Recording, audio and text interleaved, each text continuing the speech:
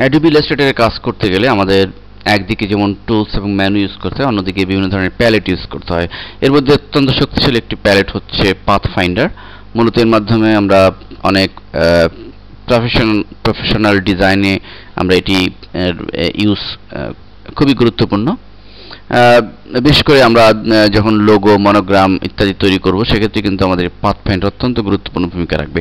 আমরা স্টেজে কয়েকটি প্রজেক্ট করেছি, দেখুন এগুলো দেখলে আমরা বুঝতে পারবো। সাপোজ আমরা যদি একটা চাঁদের অবজেক্ট তৈরি করতে চাই, ধরুন একটা চাঁদ ক্রিয়েট করতে চাই, তাহলে কিন্তু আমাদের পাথফাইন্ডার লাগছে।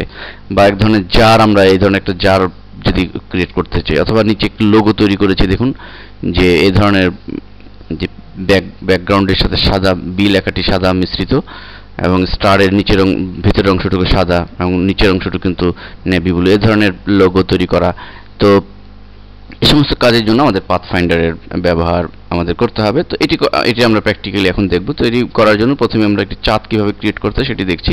একটা সার্কেল আমরা ক্রিয়েট করব এর জন্য, ঠিক এভাবে শিফট চেপে, এবং সার্কেলটি ক্রিয়েট করার পরে আমরা আরেকটি কপি এটির করব, ঠিক যেভাবে আমরা চাঁদটা করতে চাই।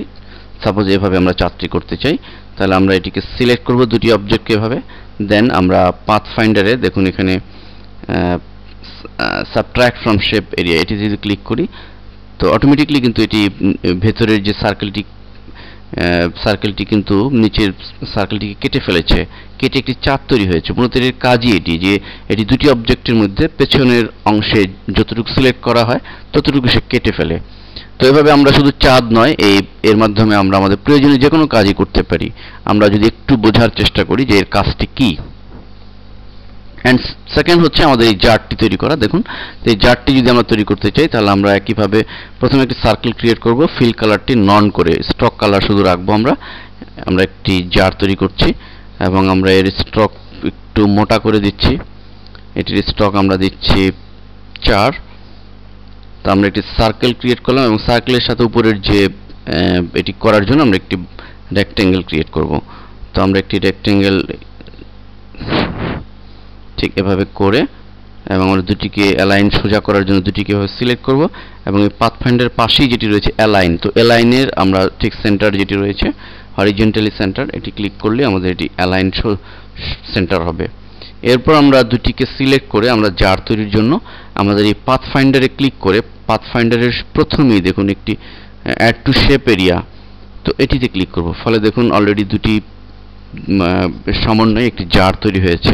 মূলত এর কাজটি কি? এটির কাজ আমরা বুঝলাম যে এর কাজ হচ্ছে দুটি অবজেক্টকে মিলিয়ে ফেলা। অর্থাৎ এই বাটনটির সাহায্যে বা এই টুলটির সাহায্যে কিন্তু আমরা শুধুমাত্র যে জার তৈরি করতে পারি তা না, আমরা এই ধরনের যে কোনো কিছু তৈরি করতে পারি আমাদের প্রফেশনাল কাজে। আমরা একাধিক অবজেক্ট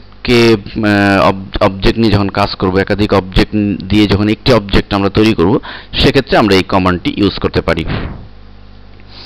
এরপর আমরা আমরা ইচ্ছে করলে জারের ভিতরে যে কোনো কালার আমরা অ্যাপ্লাই করে ফেলতে পারি। অলরেডি একটি কালার আমরা অ্যাপ্লাই করেছি এরকমভাবে। এরপর আসুন আমরা এই যে লোগোটি তৈরি করেছি, এই লোগোটি তৈরির জন্য আমাদের কি করতে হবে? এই জন্য আমরা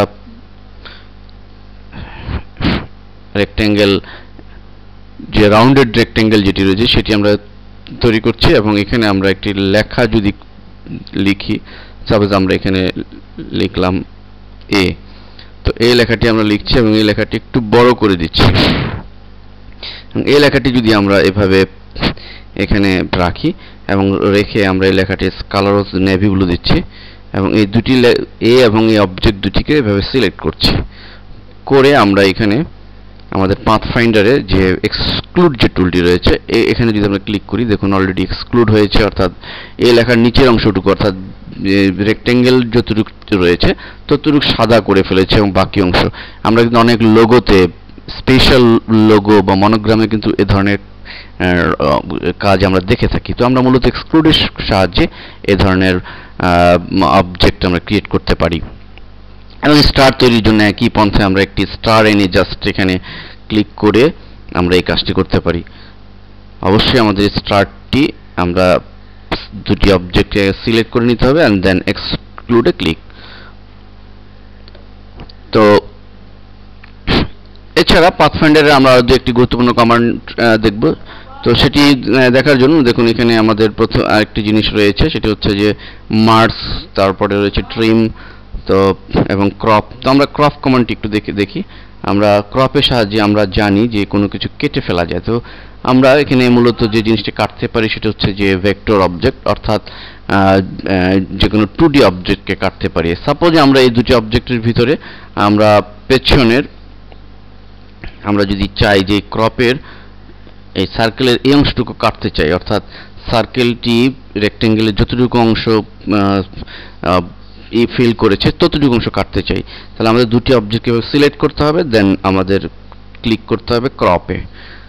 তো ফলে আমরা লক্ষ্য করলাম যে আমাদের পেছনের যে রেক্টেঙ্গেল ছিল সেই রেক্টেঙ্গেলের মধ্যে যতটুকু সিলেক্ট হয়েছিল ততটুকু অংশ কিন্তু আমরা পেয়েছি। তো এখন মূলত আমাদের প্রফেশনাল কাজে এই ধরনের কমান্ড কিন্তু খুবই গুরুত্বপূর্ণ। কখনো এই ধরনের কমান্ড প্রয়োজন হতে পারে, এবং পাথ দিয়ে আমরা যদিও করতে পারি কিন্তু অনেক সময় সাপেক্ষ ব্যাপার। এবং এখানে আরেকটি গুরুত্বপূর্ণ টুল হচ্ছে মাইনাস ব্যাক। তো মাইনাস ব্যাকের সাহায্যে আমরা মূলত পেছনের যে অংশটুকু রয়েছে সেটুকু আমরা কাটতে পারি।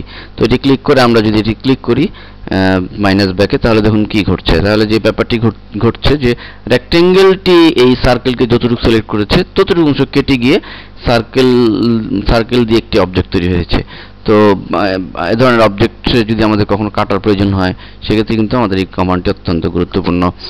তো মূলত এভাবে পাথফাইন্ডারের বিভিন্ন কমান্ডের যদি প্রফেশনাল ব্যবহার আমরা করতে পারি এবং আমরা যত প্র্যাকটিস করব, আমরা বিভিন্ন অবজেক্ট নিয়ে যত কাজ করব, তত আমাদের ক্রিয়েটিভিটি বাড়বে এবং প্রফেশনালিজম যেটি রয়েছে সেটিও বাড়বে।